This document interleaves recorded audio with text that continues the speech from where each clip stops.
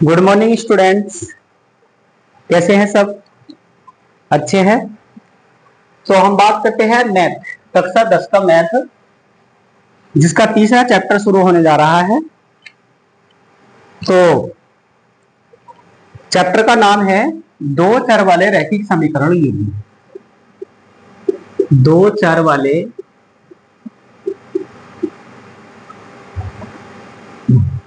Part 3 है। दो चर वाले रैखिक समीकरण युग्म।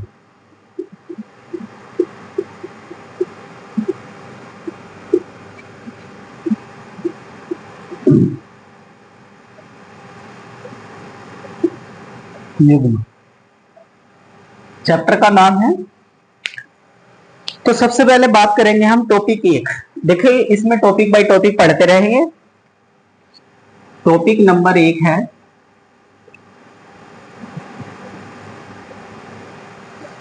टॉपिक 1 है हमारे पास रैखिक समीकरण युग्म। रैखिक समीकरण युग्म। तो सबसे पहले बात करते हैं समीकरण। क्या होती है समीकरण? समीकरण के बारे में हम बताएंगे। इक्वेशन इसे इंग्लिश में बोलते हैं।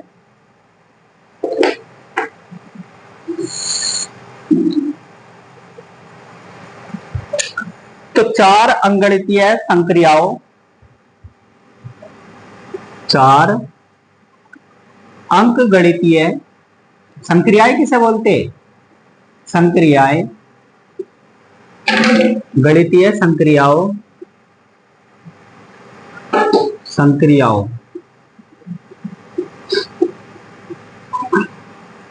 प्लस माइनस क्रॉस मल्टीप्लाई और एक है डिवाइडेड। द्वारा जुड़े चर,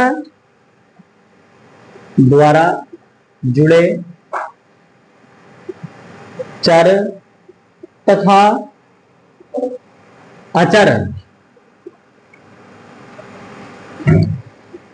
चर तथा अचर के संयोजन को, के संयोजन को बीजगणितीय व्यंजक, बीजगणितीय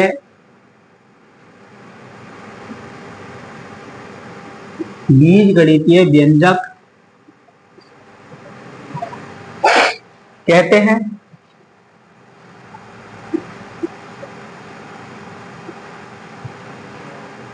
बीजगणितीय व्यंजक कहते हैं। और बराबर के चिन्ह, बराबर के चिन्ह ऐसे होते, बराबर का चिन्ह के साथ एक बीजगणितीय व्यंजक के साथ एक बीजगणितीय व्यंजक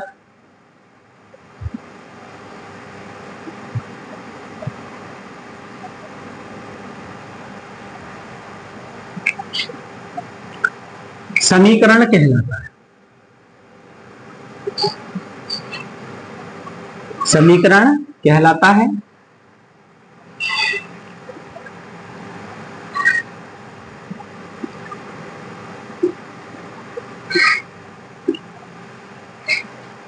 जैसे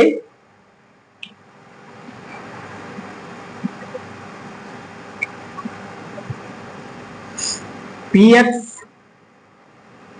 बराबर 5x प्लस के 3, ये क्या है? एक बीजगणितीय व्यंजक, बीजगणितीय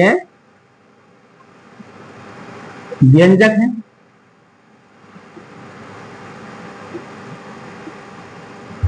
और इसी को यदि हम 5x प्लस के 3 बराबर 0 लिख दें तो ये कहलाएगी बीजगणितीय समीकरण। बीजगणितीय समीकरण। ठीक है, उतार लीजिए इसको, या इसके साथ ही सबसे पहले बात करेंगे एक चर में रैखिक समीकरण। रैखिक समीकरण, और एक चर में रैखिक समीकरण क्या है? केवल एक चर वाले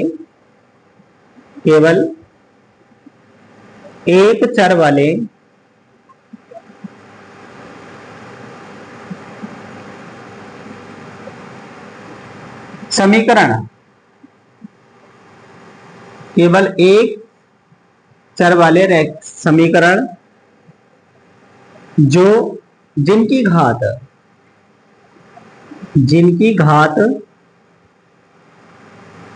एक हो,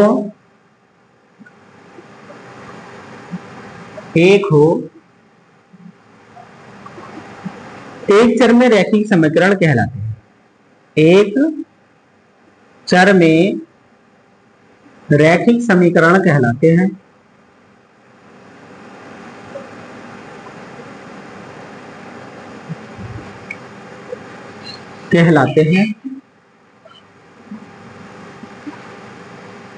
जैसे कि 6x प्लस के 7 बराबर के 0 है, एज ए लाइक। और दूसरा हम लिख सकते हैं y प्लस के 2/4 इज इक्वल टू 5 माइनस के 1। ये भी हो जाएगा ना। इसे नंबर पॉइंट 1 लिख दो, इसे 2 लिख दो, दोनों एग्जाम्पल इसी के हैं। तो नोट कर लीजिए, स्क्रीनशॉट ले लीजिए इसका।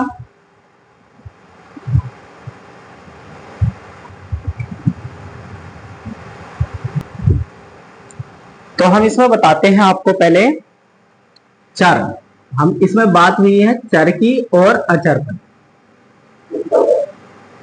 पद की। तो चर शब्द किन्हें बोलते हैं? चर जैसे कि जिनके मान लिए जाते हैं, या जिन संख्याओं पर आधारित मान लिए जाते हैं, जैसे कि a b c d dot dot x y z, ये माने जाते हैं। और अचर पद वे माने जाते हैं जैसे कि अंक हो 1 2 3 4 5, ये होते हैं। ये अचर पद है अनलिमिटेड तक। ठीक, फिर है इसके बाद जो टॉपिक है एक चर में रैखिक समीकरण, या दो चरों में रैखिक समीकरण। दो चरों में रैखिक समीकरण।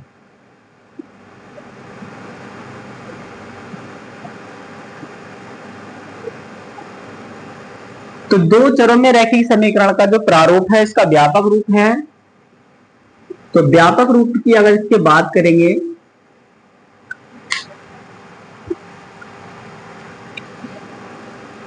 तो जैसे कि ax प्लस के by और प्लस के c, या बराबर c या प्लस के c, बराबर c, जहां इसमें a, b, c जो है ये वास्तविक अचर है। इनकी जगह पर संख्याएं हो सकती हैं, जैसे यहां पे लिख सकते हैं हम 3x प्लस के 2y और प्लस या बराबर के 3। इस तरीके से अगर तुलना करेंगे इसी की इससे, तो a बराबर 3 है, b बराबर 2 है और c बराबर के भी 3 है। दो चरों में रैखिक समीकरण इसी प्रकार से बनती है। एक चर ये है इसमें और एक चर ये है, तो ये दो चर हो जाएंगे। x अलग है और y अलग है। ठीक है,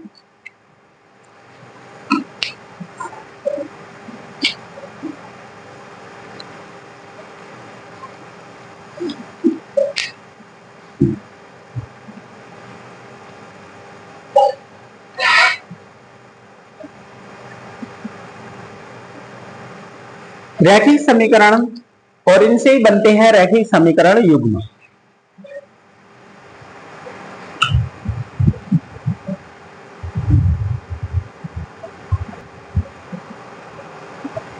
अगला हेडिंग है हमारे पास में रैखिक समीकरण युग्म के संगत रेखाओं का निरूपण, रेखाओं का निरूपण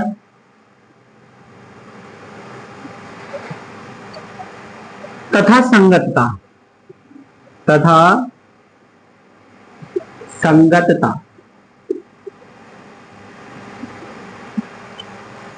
तो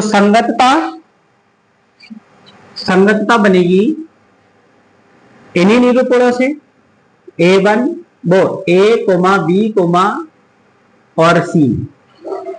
तो समीकरण युग्म की बात करी है, तो समीकरण जैसे पहली समीकरण का A1 A2 B1 C1 और दूसरी समीकरण युग्म मतलब होता है जोड़ा, तो ये बनेंगे A2 B2 और C2, ये है। तो सबसे पहले हम यहां पे बात करेंगे अनुपातों की तुलना।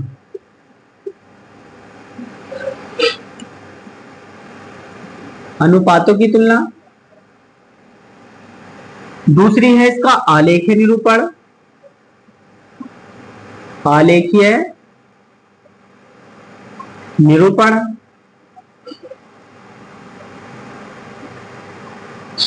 और तीसरा है इसमें बीजगणितीय,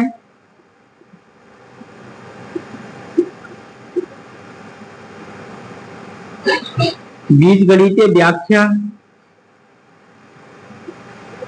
और फिर है संगतता।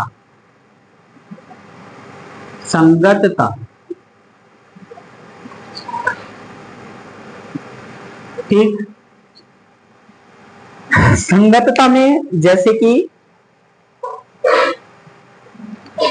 अगर रैखिक समीकरण युग्मों के दो समीकरण है हमारे पास में, यदि ये दो समीकरण है A1x प्लस के B1y और प्लस के C, और दूसरी समीकरण ये है A2x और प्लस के B2x और प्लस के C2, ये समीकरण है दो।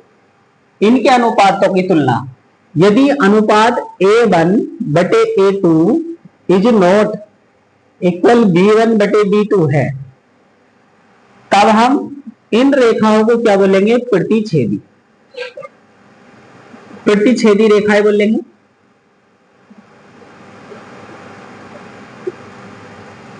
और दूसरा बीजगणितीय व्याख्या में इन्हें बताएंगे कि इनमें एक और केवल एक हल यानी कि इसके अलावा दूसरा नहीं मिलेगा, तो इसे अद्वितीय हल भी बोल देते हैं, अद्वितीय हल। और संगतता, इसके निकाय जो मिलेंगे वे संगत मिलेंगे, निकाय संगत। दूसरे में अगर दोनों समीकरण युग्म के जो अनुपातों की तुलना है A1 बटे A2 बराबर है B1 बटे B2 वो बराबर है और C1 बटे C2 ये बराबर है, तो रेखाएं होंगी संपाती रेखाएं, संपाती रेखाएं। और हल होंगे इसमें अनंत हल होंगे। और निकाय कैसे होंगे? इसमें भी निकाय संगत होंगे।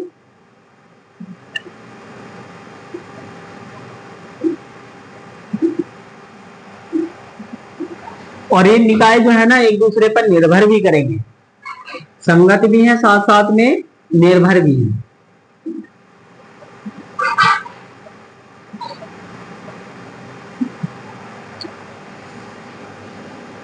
तीसरा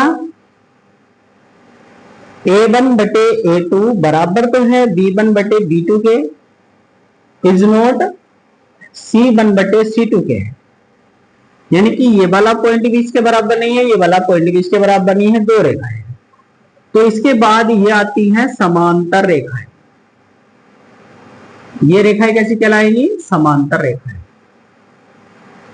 और इसका बीजगणितीय रूप जो होगा, कोई हल नहीं, इसका कोई भी हल नहीं होगा, कोई हल नहीं। और इसमें निकाय असंगत होंगे, निकाय असंगत,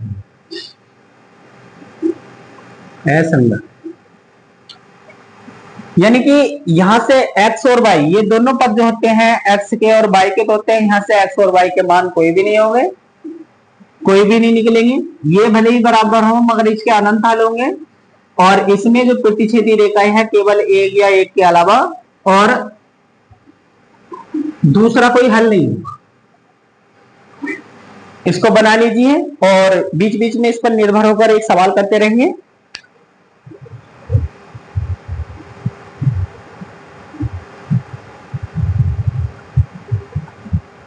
तो इस सारणी के आधार पर हम आइए इन समीकरण युग्मों को हल करेंगे और इनमें बताएंगे कि रेखाएं प्रतिच्छेदी है, समांतर है या संपाती है। देखेंगे किस प्रकार करेंगे। तो न्यूमेरिकल यानी कि सवाल है, क्वेश्चन नंबर 1 है A1, A2 और B1 बटे B2, C1 बटे C2 की तुलना करके समीकरण युग्म में बताइए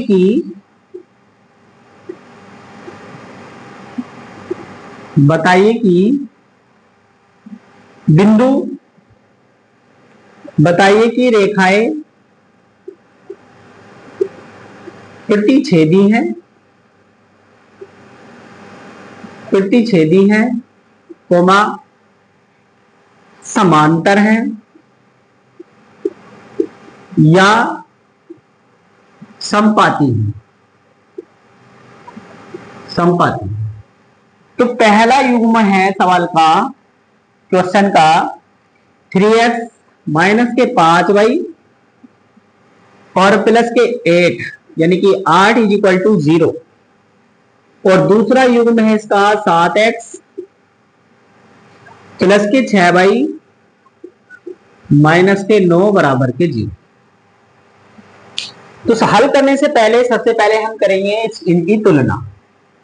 इसकी तुलना करेंगे ax प्लस के by प्लस के c बराबर के 0 से करने पर, और इसकी तुलना करेंगे ax प्लस के by प्लस के c बराबर के 0 से करने पर। ये पहली समीकरण है तो इसलिए a1 का मान 3 है, b1 का मान माइनस के 5 है और c1 का मान हो जाएगा 8।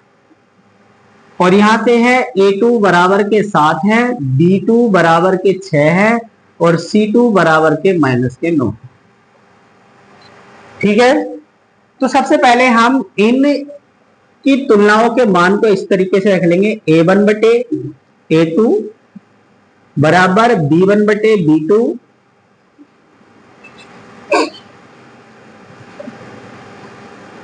A1 बटे A2 है, तो A1 बटे A2 बराबर B1 बटे B2 C1 बटे C। मान रख लेंगे, ये हो जाएगा 3 बटे 7, ये हो जाएगा माइनस के 5 बटे 6 और ये हो जाएगा 8 बटे माइनस के 9। इसका मतलब है कि इसका मान भी इसके बराबर नहीं है, ये वाला मान भी इसके अनुपात में नहीं है और नहीं होने के कारण दोनों इज नॉट है, तो इसका मतलब ये भी इज नॉट होगा।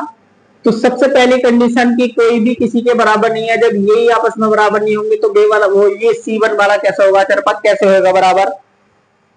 तो इसलिए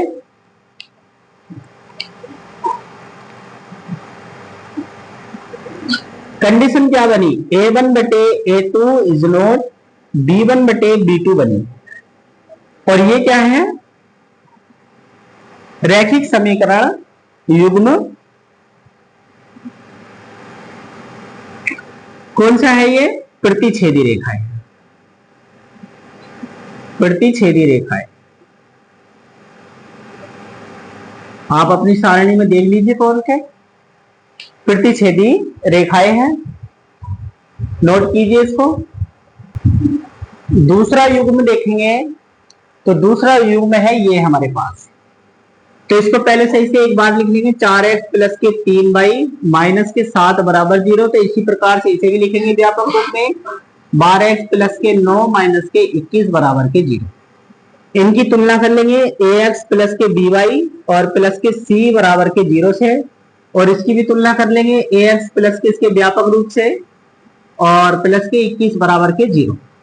तो ये पहले समीकरण होने के कारण a1 बराबर 4 है, b1 बराबर के 3 है और c1 बराबर के माइनस के 7 है, और a2 बराबर के 12 है, b2 बराबर के 9 है और c2 बराबर के माइनस के 21 है। अब ये माइनस का 21, ओ सॉरी, हाँ माइनस के 21 है, यहां पे c होना चाहिए, ठीक है। अब सबसे पहले हम इनके मान को ऐसे ही रख देते हैं, a1 बटे a2 बराबर के b1 बटे b2 बराबर के c1 बटे c2 रख देंगे। मान सबसे पहले रखा यहाँ पे 4 बटे 12 और b1 का मान कितना है 3 बटे 9 और इसका मान है 7 बटे माइनस के 21, ये भी